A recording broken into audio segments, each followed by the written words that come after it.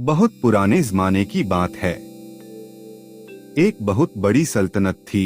चारों तरफ उसका नाम, उसकी ताकत और उसका रुतबा मशहूर था।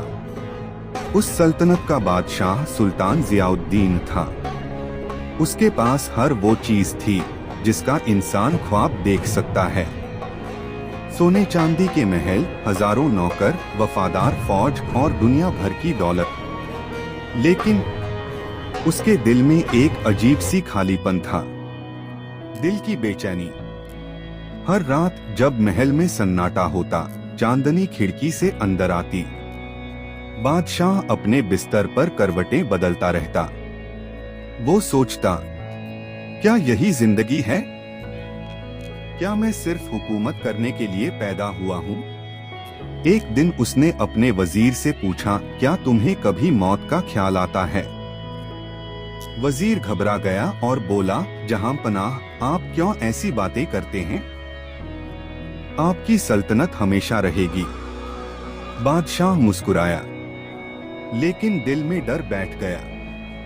एक रात का वाकया। एक रात जब सब सो रहे थे, बादशाह महल की छत पर टहल रहा था। अचानक उसे किसी के कदमों की आहट सुनाई दी। उसने देखा, एक अजनबी आदमी महल की छत पर घूम रहा था। बादशाह ने गुस्से में पूछा, कौन हो तुम और यहाँ क्या कर रहे हो? अजनबी ने सुकून से जवाब दिया, मैं अपना ऊंट ढूंढ रहा हूँ। बादशाह चौंक गया, क्या तुम पागल हो? ऊंट महल की छत पर कैसे मिलेगा? अजनबी ने मुस्कुराकर कहा, और आप सोने के महल में बैठकर अल्लाह को ढूंढ रहे हैं? ये सुनकर बादशाह सन्न रह गया। उसके दिल में जैसे बिजली गिर गई हो। हकीकत का एहसास। उस रात बादशाह को नींद नहीं आई। वो सोचता रहा, मैंने सारी उम्र सिर्फ दुनिया के पीछे भागा, लेकिन अपने रब को भूल गया। सुबह होते ही उसने आईने में खुद को देखा। एक ताकतवर बादशाह, लेकिन अंदर से कमजोर इंसान। तौबा की शुरुआत। उसने वजीरों को बुलाया और कहा, आज से मैं बदलना चाहता हूं। वजीर हैरान थे, जहां पनाह, आप क्या कहना चाहते हैं? बादशाह बोला, मैं इस तख्त को छोड़ना चाहता हूं और अल्लाह की राह में चलना चाहता हूं। पूरा दरबार खामोश हो गया। फैसला। कुछ लोगों ने उसे रोकने की कोशिश की, आपकी जिम्मेदारी है, आपकी सल्तनत है। लेकिन बादशाह का दिल अब दुनिया से हट चुका था। उसने अपने छोटे भाई को तख्त सौंप दिया और कहा, इंसाफ से हुकूमत करना, यही असली बादशाहत है। नया सफर। बादशाह अब एक साधारण इंसान बन गया। उसने महल के कपड़े उतार दिए, सादा लिबास पहन लिया और एक लंबा सफर शुरू किया। रेगिस्तान, पहाड़, जंगल, वो हर जगह गया। लेकिन अब उसके दिल में सुकून था। इम्तिहान। एक दिन वो बहुत भूखा था। कई दिन से उसे खाना नहीं मिला था। वो एक गांव में गया और लोगों से खाना मांगा, लेकिन किसी ने उसे नहीं पहचाना।